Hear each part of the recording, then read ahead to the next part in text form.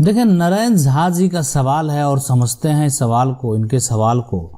ये बोल रहे हैं सर, अगर पिता की मृत्यु हो जाए और रजिस्ट्री का पुराना दस्तावेज हो मगर उन्होंने दाखिल खारिज नहीं करवाया तो वो जमीन हमारे नाम कैसे होगी? जमाबंदी अभी पुराने मालिक के नाम पर ही है। देखिए, अब यहाँ पे जो है फर्जी क्या हो सकता है कि उनके पिता की भी मृत्यु हो गई है, जमाबंदी उनके नाम पे है, पुराने मालिक के नाम पे, और वो चाहे तो किसी को भी बेच सकते हैं।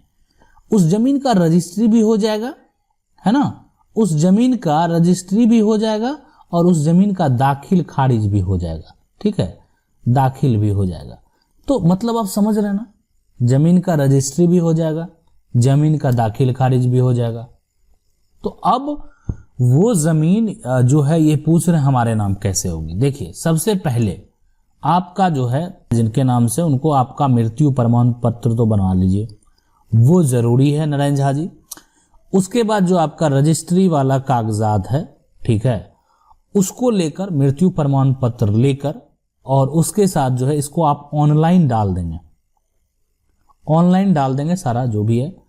और ऑनलाइन डालने के बाद जो है ये सारे डॉक्यूमेंट को जो है कॉपी को एक बार आप सीओ साहब के पास भी दे देंगे आवेदन सहित, और सीआई और कर्मचारी के पास भी दे देंगे। ठीक है, इसमें आप चांसेस है कि इसको रिजेक्ट किया जा सकता है, कोई बड़ी बात नहीं। आपके पास जब नोटिस आएंगे तो आप जाएंगे उनको लेकर, और अगर कोई भी ऑब्जेक्शन नहीं लगाएगा तो फिर जो है उसका दाखिल खारिज प्रक्रिया किया जाएगा। अब फिलहाल देखिए, एक और बात समझने वाली यहाँ पे है कि अगर ये रिजेक्ट हो जाता है तो आप डीसीएलआर में इसको वेरीफाई करने के लिए जो है सही साबित करने के लिए एक बार फाइल करेंगे। ठीक है, फिर वहां से भी आदेश जो है वो सीओ साहब को दिया जाता है और फिर आगे का कार्रवाई जो है फिर क्या किया जाएगा। तो दो प्रक्रिया हम बताए, आगे और प्रक्रिया हैं, लेकिन पहले आप ये करें, हमको लगता है कि पहला प्रक्रिया में ही आपका यहाँ पे अगर कोई अगर मान लेते हैं जो बेचने वाला है, अब फिर वही उसमें ऑब्जेक्शन लगाएगा तो फिर तो दिक्कत हो।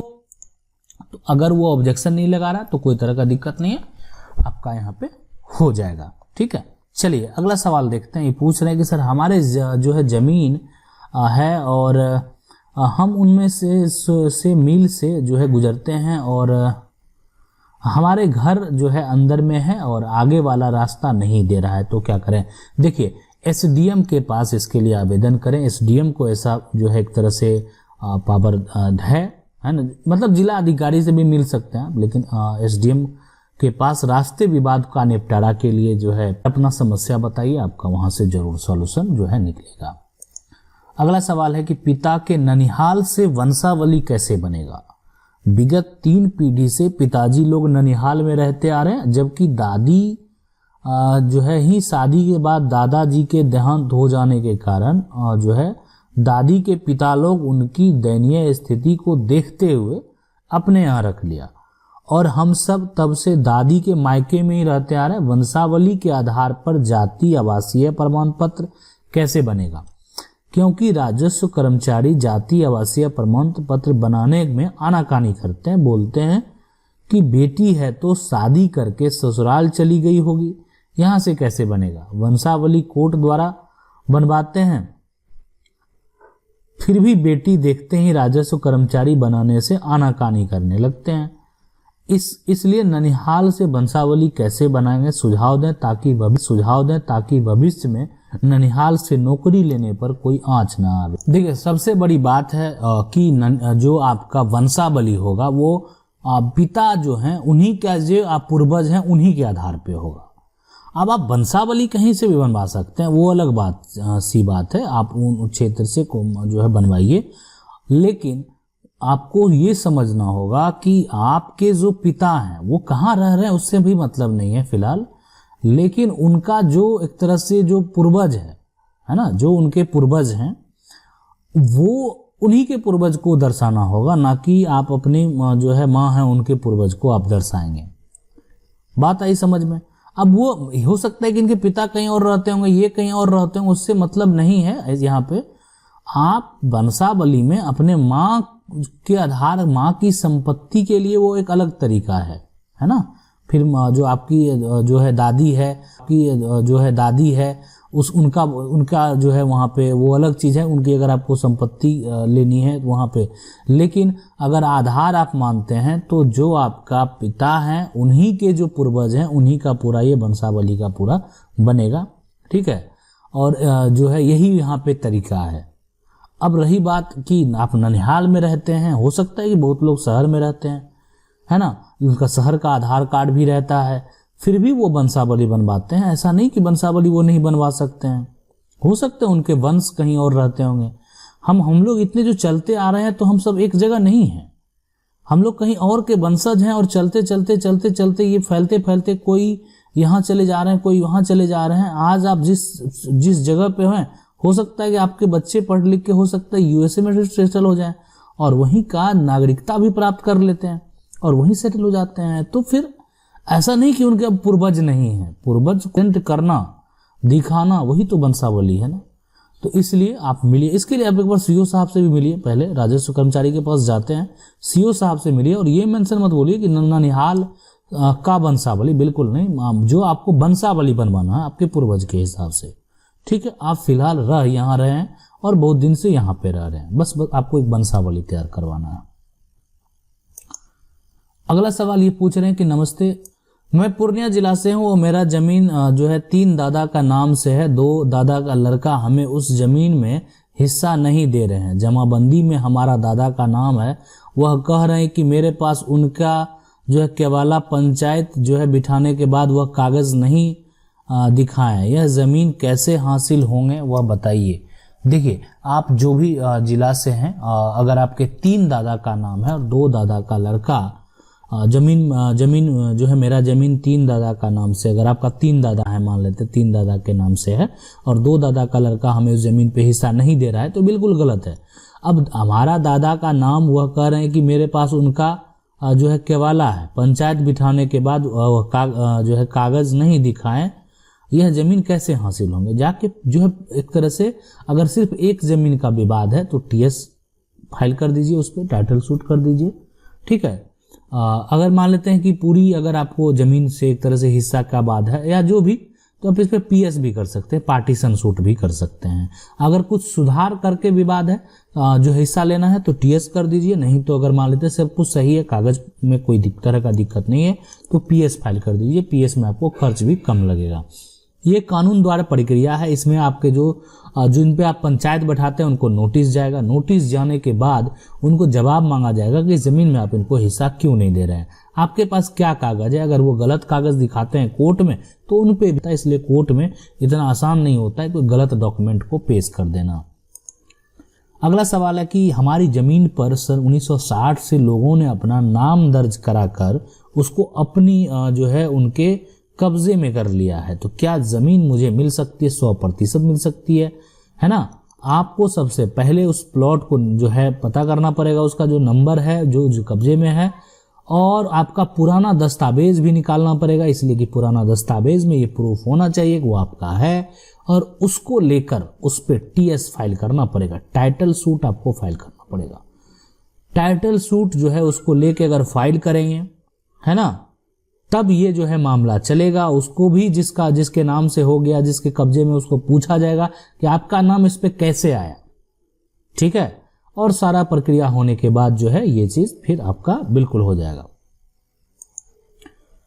अगला सवाल देखते हैं पूजे सर जी मेरे दादाजी के नाम से 2 बीघा जमीन 80-85 साल से रसीद नहीं कटा है, जमीन कोई और कब्जा किया है। अब मुझे जो मालूम चला कि मेरा जमीन है जितना, जब रसीद कटाने गए तो कर्मचारी ने बोलता है कि जमीन नीलाम हो गया। हाँ बिल्कुल, आपका जमीन, आप ऑनलाइन आपका जमीन भी दिखा रहा है, आप ऑनलाइन दिखा रहा है, आप ठीक है। कर्मचारी से पूछने के बाद आप क्या सीओ साहब से मिले इस मामले के लिए कि आपका खतियान में जमीन है, आपने बहुत दिनों से रसीद नहीं कटाया, उसका रसीद कटाना चाहते हैं, तो ये आपको मिलना पड़ेगा, उन्हीं के द्वारा ये आपका काम होगा। नहीं अगर वो करते हैं तो फिर इसके ऊपर भी उच्च अधिकारी हैं जिनके पास आप जा सकते हैं, लेकिन खतियान है आपका, सब कुछ सही है, तो फिर कोई तरह का दिक्कत नहीं होगा। अगला सवाल है, ये पूछ रहे हैं सर ए और बी सगे भाई हैं, पार्टी ए का जो है जमीन 1965 रजिस्ट्री कॉपी में हाथ से बने नक्शे से लिखा है, पर रजिस्ट्री 1740 स्क्वायर फीट का रजिस्ट्री में लिखा है।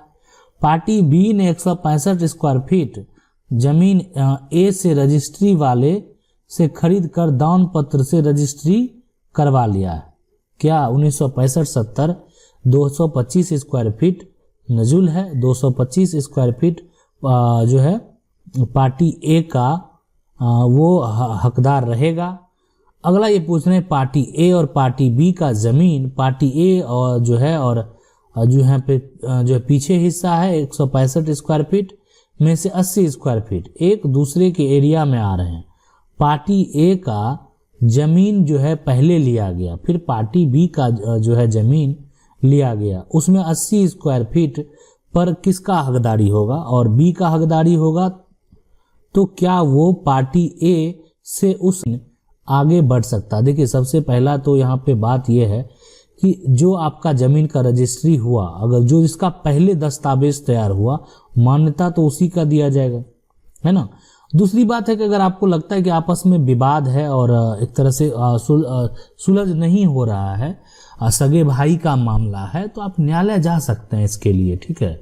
और वहाँ पे मामला जो है जिसके लिए जो इसका जो वैलिड होगा, कि हो सकता है किसी का अनवैलिड हो, तो जो जिसका अनवैलिड होगा वो रद्द भी होगा, और जिसका वैलिड होगा वो उसको मिलेगा भी। तो ये ज़्यादा सही रहेगा कि आप सिविल में चले जाएं और सिविल में जो है इस मामले को जो स्पष्ट करें, किसी वकील को कर लें, तो आपका जो है ये बेहतर तरीके से सॉल्यूशन जो है निकल जाएगा। अगला जो सवाल है ये पूछ रहे सर मैं यूपी से हूँ, पिताजी की डेथ हो गई है और जो खतियान में उनका नाम गलत डला है और मेरा नाम उस खतियान में कैसे आएगा। जो नाम उनका खतियान में है वो नाम किसी भी डॉक्यूमेंट में नहीं है उनके, तो अब कैसे मैं जो है खतियान में अपना नाम डलाऊं सर, और कितना टाइम लगेगा। ठीक है, ये बात जो है सबसे पहले जो आप डॉक्यूमेंट बना रहे हैं ना, तो क्या होता है कि आप जब अपना डॉक्यूमेंट बनाते हैं, जैसे वोटर बनाते हैं, ठीक है, उसके बाद आधार बनाते हैं, तो आधार में पिता का नाम हम चेंज कर सकते हैं कि नहीं कर सकते, बिल्कुल कर सकते हैं।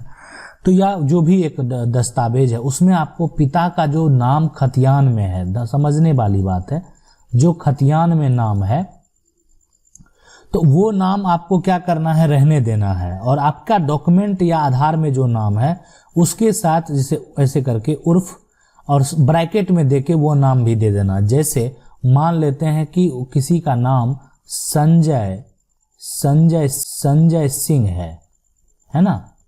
अब इसको जो है सब लोग जो है कोई दूसरे नाम से जो है जानते हैं, मान लेते हैं इसको लोग विक्की के नाम से जानते हैं, तो उर्फ विक्की, है ना। तो इसमें क्या हो जाएगा कि ये भी नाम है, दोनों नाम हो जाता है। ऐसा बहुत लोग ऐसे रजिस्ट्री भी करवाते हैं, अगर ऐसा उनके साथ क्या होता है कि डॉक्यूमेंट पे उनका दो नाम होता है, तो इस तरीके से दोनों मेंशन करवा लेते हैं। तो ये चीज़ सावधानी वाली चीज़ है और रखनी चाहिए। तो इस तरीके से आप करा लेंगे तो आगे आपके नाम पे वो ट्रांसफ़र हो जाएगा, कोई तरह का दिक्कत नहीं होगा। अगला सवाल है कि ये जो है बातें कि जब 145 धारा लग गई हो तो ज़मीन पर जो है निर्माण जो भी है वह अवैध है या नहीं। अगर अवैध है तो उसमें जो है प्रक्रिया, देखो 145 है, अगर कोई निर्माण कर रहा है तो बिल्कुल आपको इसके ऊपर कार्रवाई करनी चाहिए, प्रक्रिया करनी चाहिए, और बिल्कुल वो अवैध होता है। ठीक है, चलिए अगला सवाल देखते हैं। अगला सवाल है कि सर मैं एक जमीन खरीदा जिसमें कि 2 कट्ठा 2 खेसरा है, मैं 2 खाता 2 खेसरा है, और बेचने वाला 4 भाई है। एक भाई एक खाता का रसीद अलग जो है कटाता है, और हम दोनों खाता का जमीन खरीद लिए हैं। जो अलग रसीद कटा रहा था उसका दाखिल खारिज नहीं हो रहा है, और जिसका अलग रसीद कट रहा है उसमें रजिस्ट्री में जो है गवाह दिया है। ये जमीन जो है वो बिक रहा है, अब हम जो है क्या करें। ठीक है, देखिए इसमें तो वो आपने बोला कि उसने जो जिसका वो खाता है वो तो गवाह दिया है, तो सीधी सी बात है कि वो खेसरा अगर मान लेते हैं आपके केवाले पर है भी, ठीक है। अच्छा, दूसरी बात है कि बिक्री के लिए आप को अगर रोक लगाना है, मान लेते हैं कि आप अगर उस पर रोक लगाना हो तो आपको अधिकारी से ऊपर मामला कोर्ट में ही ले जाना पड़ेगा, ठीक है, तो भी आप रोक लगा सकते हैं। या मान लेते हैं जो जिला अधिकारी हैं उनके पास से जाके अगर आप जो है रोक के लिए आदेश लाएंगे तब लगा सकते हैं, नहीं तो आपको न्यायालय से लगाना होगा, टाइटल करके जो भी है आपको वहाँ उसका आदेश लेके जो है उसको बिक्री से रोक लगाना होगा, ठीक है। तो अब लेकिन बात यह है कि आपका जो जमीन है और जो रसीद में जो मान लेते हैं 111 है, अब ये कोई अलग भाई कटा रहा है, तो उसको अगर उस पर चढ़ा भी दिया है ना, तो इसको तो सेल करने में जो रजिस्ट्री के लिए साइन किया वो भाई तो इसको किया नहीं जो इसका रसीद कटा रहा था। तो कहीं ना कहीं मामला अगर कोर्ट में भी जाएगा तो ये इसको जो है फॉल्स करार दिया जा सकता है, अगर वो पक्ष तैयार ना हो तो। बात ही समझ में।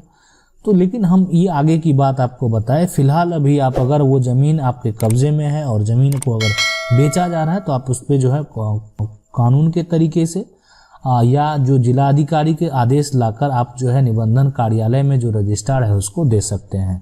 अगर आप लोगों का भी ऐसा कुछ सवाल है आप हमें कमेंट करके पूछ सकते हैं, हम कोशिश करेंगे वीडियो के माध्यम से आपके सवाल का जवाब देने का प्रयास करेंगे। वीडियो अच्छा लगा वीडियो को लाइक जरूर कर दें, चैनल को पहली बार देख रहे हैं सब्सक्राइब करके जो बेल आइकन है उसको जरूर दबा लीजिए।